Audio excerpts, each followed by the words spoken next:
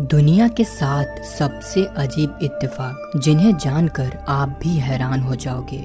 Number 1, Giza के महान pyramids, जिसे पिरामिड ऑफ खुफू भी कहा जाता है। इन पिरामिड्स को लगभग 4500 साल पहले बनाया गया था, जो प्राचीन मिस्र सभ्यता की अद्भुत इंजीनियरिंग और कला को दर्शाता है। वहीं इस पिरामिड से जुड़े कई ऐसे सवाल हैं जो सदियों से रिसर्चर्स के लिए एक पहेली बने हुए हैं। ऐसे ही ग्रेट पिरामिड से जुड़ा एक ऐसा इत्तेफाक है जो सच में काफी हैरत अंगेज है। असल में जैसा कि हम सबको पता है कि अर्थ पर किसी भी जगह का एग्जैक्ट लोकेशन जानने के लिए हमें कोऑर्डिनेट्स की जरूरत पड़ती है, जिसके लिए हम लैटिट्यूड और लॉन्गिट्यूड का इस्तेमाल करते हैं। और अर्थ पर गीजा के महान पिरामिड का लैटिट्यूड जो है वो 29.9792458 डिग्री नॉर्थ है। अब आते हैं इस यूनिवर्स की सबसे तेज गति से चलने वाली चीज लाइट पर, जिसकी स्पीड होती है 299,792,458 मीटर पर सेकेंड, जो कि एग्जैक्ट गीजा के महान पिरामिड के लोकेशन से मैच होती है। क्या इन दोनों नंबर्स का मैच होना मात्र एक इत्तेफाक है, या प्राचीन मिस्र के लोग इतने ज्यादा विकसित हो चुके थे कि उन्होंने स्पीड ऑफ लाइट को भी मेजर कर लिया था और उन्होंने जानबूझकर इसी लैटिट्यूड पर ग्रेट पिरामिड का निर्माण किया।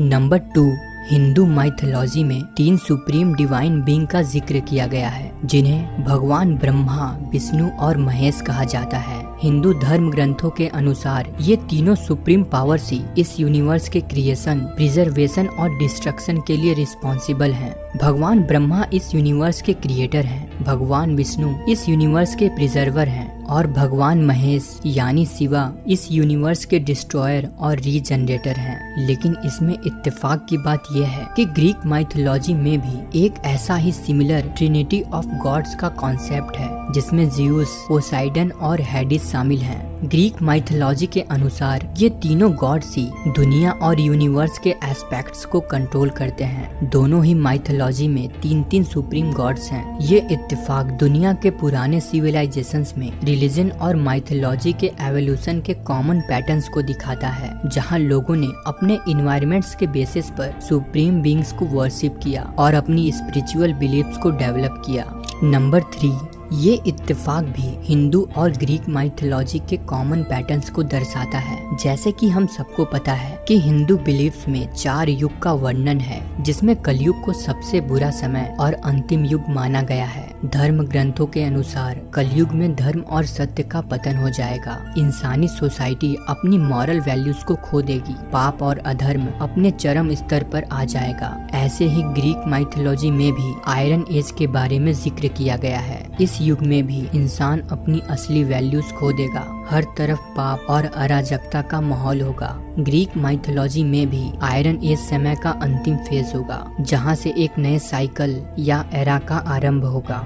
नंबर 4, सोलर एक्लिप्स यानी सूर्य ग्रहण, जो कि एक अद्भुत एस्ट्रोनॉमिकल फिनोमेना है। आप में से भी कई लोगों ने सूर्य ग्रहण जरूर देखा होगा, लेकिन सूर्य ग्रहण से जुड़ा एक ऐसा इत्तेफाक है जो आपने पहले शायद ही कभी सुना होगा। असल में जब हम अर्थ से सूर्य और चंद्रमा को देखते हैं तो वो दोनों ही हमें एक ही साइज के दिखाई देते हैं, जबकि सन मून से कई गुना ज्यादा बड़ा है। असल में सन मून से 400 टाइम्स ज्यादा बड़ा है। वहीं अर्थ से जो मून की दूरी है उसके कंपैरिजन में सन 400 टाइम्स ज्यादा दूर है। ये एग्जैक्ट रेशियो का इत्तेफाक इतना ज्यादा परफेक्ट है कि जब मून अर्थ और सन के बीच आता है तो वो पूरी तरह से सन को कवर कर लेता है और एक परफेक्ट सोलर एक्लिप्स हमें देखने को मिलता है। अगर ये रेशियो जरा सा भी ऊपर या नीचे होता तो हमें कभी भी कंप्लीट सूर्य ग्रहण देखने को नहीं मिलता, और इसी रेशियो के वजह से भी हमें सूर्य और चंद्रमा पृथ्वी से एक ही साइज के दिखाई देते हैं।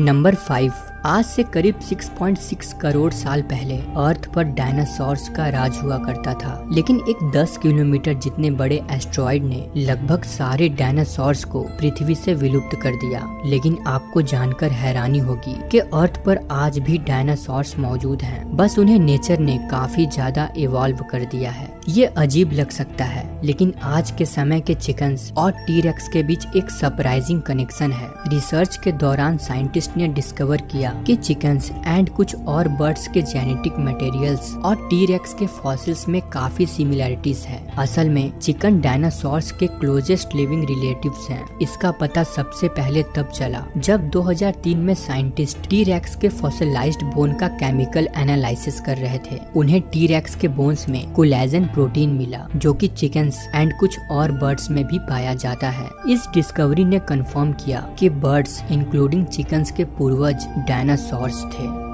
नंबर 6, इंडिया ने हाल ही में अपना 78th इंडिपेंडेंस डे सेलिब्रेट किया है। जैसा कि हम सबको पता है कि इंडिया को 15 अगस्त 1947 में ब्रिटिश रूल से आजादी मिली थी और इसीलिए हम हर साल 15 अगस्त को अपनी आजादी के दिवस के रूप में मनाते हैं। लेकिन आपको जानकर हैरानी होगी कि सिर्फ भारत ही नहीं बल्कि साउथ कोरिया भी 15 अगस्त को स्वतंत्रता दिवस के रूप में मनाता है, क्योंकि 15 अगस्त 1945 को साउथ कोरिया जापान के कब्जे से आजाद हुआ था और इसीलिए साउथ कोरिया में सेरेमनीज, कॉन्सर्ट और अपने नेशनल फ्लैग को लहराकर 15 अगस्त को सेलिब्रेट किया जाता है। नंबर 7, अमेरिका में रहने वाले रॉय सोलिवन जो कि वर्जीनिया के नेशनल पार्क में एक पार्क रेंजर थे। उनके ऊपर 7 बार आसमानी बिजली गिरी थी, लेकिन हैरानी की बात थी कि वो 7 बार उस बिजली से बच गए और इसीलिए उन्हें द ह्यूमन लाइटनिंग रॉड के नाम से भी जाना जाने लगा। यहाँ तक कि उनका नाम गिनीज वर्ल्ड रिकॉर्ड में भी दर्ज किया गया है। पहली बार उनके ऊपर बिजली 1942 में गिरी थी, जब वो ड्यूटी के टाइम एक फायर लुकआउट टावर पर तैनात थे। इसके बाद के इंसिडेंट्स में रॉय को अलग अलग लोकेशन पर बिजली का सामना करना पड़ा, जैसे एक ट्रक के अंदर, एक रिवर के किनारे और अपने बैकयार्ड में। ऐसे करके उन्होंने 7 बार बिजली का सामना किया। इसमें सबसे चौंकाने वाली बात ये थी कि इतनी बार बिजली से बचने के बाद भी उनकी नेचुरल डेथ नहीं हुई, बल्कि उन्होंने 28 सितंबर 1983 को खुद को गोली मारकर सुसाइड कर लिया। असल में जब उनके ऊपर चौथी बार बिजली गिरी तभी से उन्हें लगने लगा कि उन पर जरूर किसी बुरी शक्ति का साया है। यहाँ तक कि लोगों ने भी उनसे दूरी बना ली। लोगों को लगने लगा था कि अगर रॉय उनके साथ रहेंगे तो उनके ऊपर भी बिजली गिर सकती है। रिकॉर्ड्स बताते हैं कि उनके वाइफ से भी उनका डिवोर्स हो गया था। इस सब की वजह से वो काफी ज्यादा डिप्रेशन में चले गए थे और आखिरकार उन्होंने इस दुनिया को अलविदा कह दिया। दोस्तों, इनमें से कौन सी घटना आपको सबसे ज्यादा इंटरेस्टिंग और शॉकिंग लगी, हमें कमेंट बॉक्स में कमेंट कर जरूर बताएं और वीडियो को लाइक एंड चैनल को सब्सक्राइब करना ना भूलें। मिलते हैं नेक्स्ट वीडियो में। धन्यवाद।